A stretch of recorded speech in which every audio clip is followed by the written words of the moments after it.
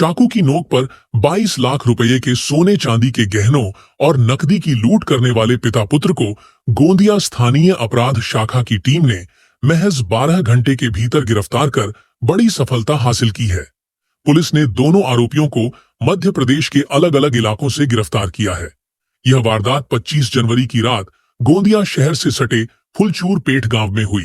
आरोपी पिता पुत्र ने पीड़ित प्रतीक उके के घर में घुसकर प्रतीक और उनकी मां को चाकू दिखाकर धमकाया और घर में रखे सोने चांदी के गहने और नकदी सौंपने को कहा। जान के डर से मां बेटे ने घर में मौजूद गहने और नकद रकम आरोपियों को दे दी।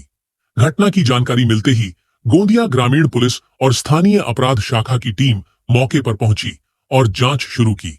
संदेह के आधार पर आरोपियों से पूछताछ की गई, लेकिन दोनों पुलिस को गुमराह कर फरार हो गए। इसके बाद पुलिस ने मोबाइल लोकेशन ट्रैक कर मुख्य आरोपी मुकेश डोंगरे को मध्य प्रदेश के लांजी तालुका से गिरफ्तार किया, जबकि उसके बेटे आर्यन डोंगरे को बालाघाट जिले में एसटी बस से यात्रा करते समय हिरासत में लिया गया। पुलिस ने आरोपियों के पास से लूटे गए सोने चांदी के गहने और नकदी बरामद कर ली है। पुलिस जांच में सामने आया है कि आरोपी पिता पुत्र पीड़ित के घर के पड़ोस में रहते थे और घर की पूरी जानकारी होने के कारण उन्होंने इस वारदात को अंजाम दिया।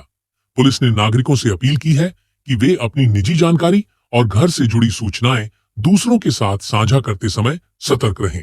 हा जबरी चोरीचा प्रकार आहे। दिनांक 26/1/2026 रोजी गोंदिया ग्रामीण पोलीस स्टेशन अंतर्गत सेलटॉक्स कॉलनी येथे रात्री 12:30 वाजता एक जबरी चोरीचा प्रकार घडला होता। याच्यामध्ये फिर्यादी प्रतीक उईके आपल्या आईसोबत राहतात आणि रात्री 12:30 वाजता त्यांच्या घराचा दरवाजा नॉक करून दोन व्यक्ती ज्यांनी चेहऱ्यावरती मास्क बांधला होता ते जबरदस्ती घरामध्ये आत शिरले आणि त्यांना मारहाण करून त्यांना चाकूचा दाग दाखवून हातपाय बांधून त्यांनी घरातून जवळपास 139 ग्रॅम सोन्याचे दागिने, 438 ग्राम चांदीचे दागिने आणि 28,000 रुपये रोख असा एकूण जवळपास 20,96,000 रुपयाचा मुद्देमाल जो आहे तो जबरी चोरी करून नेला होता।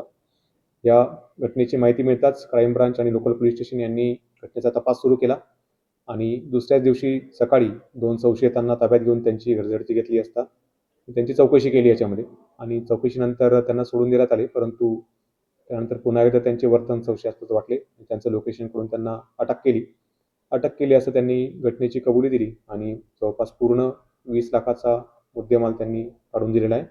त्याचबरोबर त्यांनी गुन्ह्यात वापरलेला मोबाईल आणि एक स्कूटी ही सुद्धा जप्त करण्यात आली आहे। हे दोन्ही आरोपी मूळचे कुठल्यातले, यांना काही गुन्हेगारी पार्श्वभूमी आहे का? दोन्ही आरोपी काही वर्षांपूर्वी छत्तीसगड येथून गोंदियामध्ये स्थायिक झाल्याचे समजून येत आहे। आपले लोकल तर त्यांचे काही क्राईम रेकॉर्ड दिसून येत नाहीये, परंतु त्यांचे फिंगरप्रिंट्स वगैरे आम्ही काल घेतलेले आहे। इतर राज्यांमध्ये त्यांचे काही पूर्वीचं क्राईम रेकॉर्ड आहे का ते आम्ही चेक करत आहोत। त्याच्यामध्ये मोटरसायकल आणि मोबाईल घेऊन एकूण किंमत किती आहे सर? त्याच्यामध्ये मोबाईल, मोटरसायकल आणि एकूण जप्त मुद्देमाल असा जवळपास 22 लाख रुपयांचा एकूण टोटल मुद्देमाल आपण जप्त केला आहे। चोरी झाल्यानंतर कुठल्या दुसऱ्या राज्यामध्ये पळून जाण्याच्या बेताबीत? त्याच्यामध्ये आरोपींना ज्यावेळेस आपण पहाटे ताब्यात घेतलं आणि घरझडती घेतली त्याच्यावेळेस काही त्यांनी माहिती दिली नाही।